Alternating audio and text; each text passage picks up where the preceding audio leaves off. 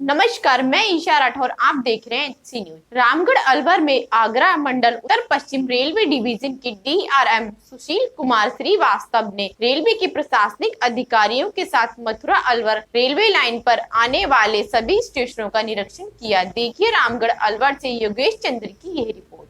निरीक्षण के दौरान रामगढ़ स्टेशन पर चल रहे निर्माण कार्यों, स्टेशन मास्टर रूम, टिकट घर एवं प्लेटफार्म का बारीकी से निरीक्षण किया गया। निरीक्षण में पाई जाने वाली कमियों की पूर्ति करने के लिए स्टेशन मास्टर को निर्देश दिए गए। इसी के साथ रेलवे बिजली घर का भी निरीक्षण किया और स्टेशन के समीप पड़ी खाली जगह पर यात्रियों को बैठने के लिए पार्क विकसित कराने का स्टेशन मास्टर को निर्देश दिया और बताया कि आगामी 26 जनवरी को उत्तर पश्चिम रेलवे के महाप्रबंधक विनय कुमार त्रिपाठी निरीक्षण करने आएंगे। मीडिया से बात करते हुए DRM सुशील कुमार श्रीवास्तव ने बताया कि यह हमारी रूटीन जांच के अंतर्गत है। पिछले निरीक्षण के बाद रामगढ़ स्टेशन पर काफी बदलाव आ गए हैं और जो छोटी मोटी कमियां हैं उनको भी शीघ्र पूरा किया जाएगा।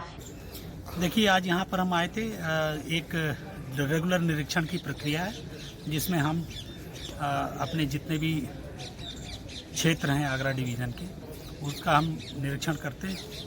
उसी के तहत आज मथुरा अलवर सेक्शन का निरीक्षण है और उसमें ये रामगढ़ स्टेशन पर हम उसी निरीक्षण के तहत आए हैं। काफ़ी इम्प्रूवमेंट है पिछली बार के निरीक्षण के बाद और उम्मीद करते हैं कि जो भी छोटा मोटा कमियाँ रह गई हैं उसको भी हम लोग बहुत जल्द पूरा कर लेंगे।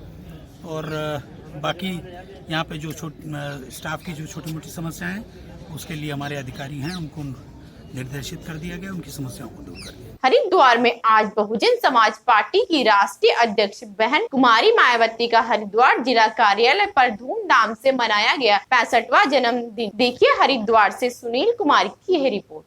प्रोग्राम संपन्न कराने के साथ साथ उत्तराखंड में आगामी चुनाव पर भी प्रदेश अध्यक्ष नरेश कुमार गौतम द्वारा कार्यकर्ताओं और प्रोग्राम में पहुंचे सभी लोगों से चुनाव में जीत दिलाने की अपील की और सभी कार्यकर्ताओं में जोश भरते हुए कहा कि पार्टी हर वर्ग के लिए कार्य करती है और बसपा पार्टी एकमात्र ऐसी पार्टी है जो गरीब हो या अमीर सर्व समुदाय के हित के लिए कार्य करती है।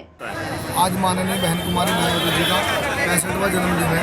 उसके उपलक्ष्य में हमने यहाँ कुछ कंबल बांटे गरीबों को, जो गरीब लोगों ने कंबल बांटे, क्योंकि माननीय बहन कुमारी मायावती जी ने कोविड-19 की गाइडलाइन को देखते हुए अपना केक काटने से मना किया और मिठाई लड्डू बांटने से मना किया, क्योंकि कोविड-19 का ध्यान रखना। कुछ हमारे किसान लोग जो वहाँ पर धरना प्रदर्शन हैं अपना घर छोड़कर, उनका भी ध्यान रखते हुए हम लोगों ने बड़े सादगी के साथ माननीय व्यक्ति मनाने का काम किया। चुनाव में हम लोग बिल्कुल तैयार हैं। जैसे आर्मी का जवान होता है ना, वो 24 घंटे के लिए तैयार होता, किसी टाइम युद्ध हो जाए। अभी हम बिल्कुल तैयार हैं चुनाव के लिए। हमारा प्रत्येक कार्यकर्ता, सेक्टर अध्यक्ष, बूथ अध्यक्ष, हमारे जिम्मेदार लोग सब बिल्कुल तैयार है चुनाव के लिए। सरकार जब चाहे चुनाव की घोषणा कर दे, हम तैयार हैं चुनाव लड़ने के लिए।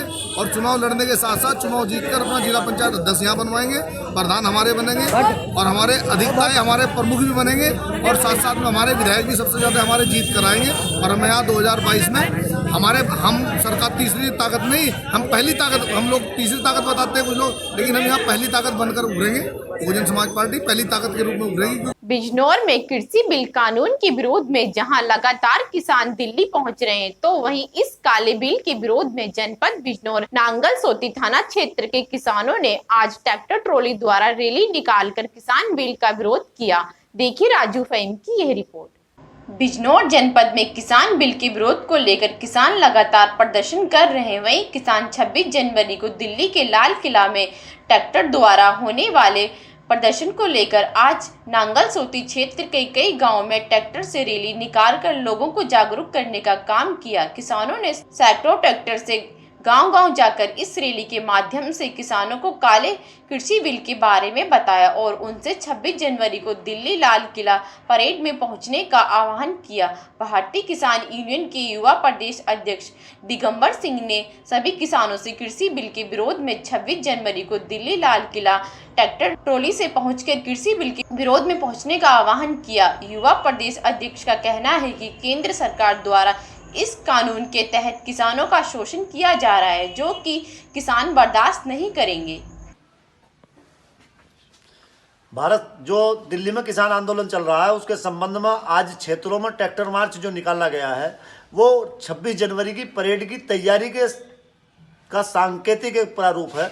और किसानों ने जिस तरह से इसमें सहयोग दिया है तो सरकार को आँख खोलकर देख लेना चाहिए कि सरकार क्या कर रही है किसानों के साथ, या तो किसानों की बात सुन ले। आज ये नांगल क्षेत्र में जो बिजनौर जनपद के नांगल क्षेत्र में परेड निकाली गई है, ये केवल नांगल क्षेत्र की परेड नहीं है, ये दिल्ली जाने की तैयारी है और बड़ी संख्या में बिजनौर जनपद से किसान निकलेंगे। अगर सरकार नहीं सुनती है तो बिजनौर से कम 3000 ट्रैक्टर ट्रालियों के साथ हम 26 जनवरी की परेड में शामिल होने का काम करेंगे। और यदि गन्ने का मूल्य घोषित नहीं होता और अपना जो हमारा बकाया है वो नहीं दिलवाया जाता तो हम भी काले झंडे बांध कर, सब किसानों से आह्वान किया गया है, काले झंडे बांध कर निकलेंगे। और आज ट्रैक्टरों पर माइक लगा करके गांव-गांव घूमकर किसानों को जागरूक किया जा रहा है दिल्ली चलने के लिए। पटना से नेपाल जा रहे ICOL के पेट्रोलियम पाइपलाइन में सेंधमारी कर रहे हजारों लीटर डीजल चोरी करने का मामला सामने आया। पटना से सिवान के रास्ते नेपाल के 12 जिलों तक जाने वाली इस पाइपलाइन में सिवान के लकड़ी नवीगंज के डुमरा गांव के पास सेंधमारी की गई। देखिए राजेश कुमार की यह रिपोर्ट। पटना से मोतिहारी जा रही पाइपलाइन में सेंधमारी से खेत में डीजल दिखा तो पाइप लाइन की सुरक्षा में तैनात कर्मचारी ने अपने अधिकारी को लीकेज की सूचना दी। इसके बाद जांच की गई तो मेन पाइपलाइन में सेंधमारी का भंडाफोड़ हुआ। वहीं चोरों ने पाइपलाइन में होल कर एक अलग पाइपलाइन जोड़ रखी थी। इसी की मदद से प्रतिदिन हजारों लीटर डीजल की चोरी करते थे। जमीन में करीब 4 फीट नीचे से गुजरने वाली पाइपलाइन को अलग से पाइप जोड़ रखा था, उसे भी जमीन के अंदर ही छिपाया गया था। इतना ही नहीं, जोड़े गए पाइपलाइन से पेट्रोल पदार्थ की लीकेज न हो, इसके लिए भी चोरों ने खास प्रबंध किया था। इस छोटे पाइपलाइन में कई लॉक लगाए थे।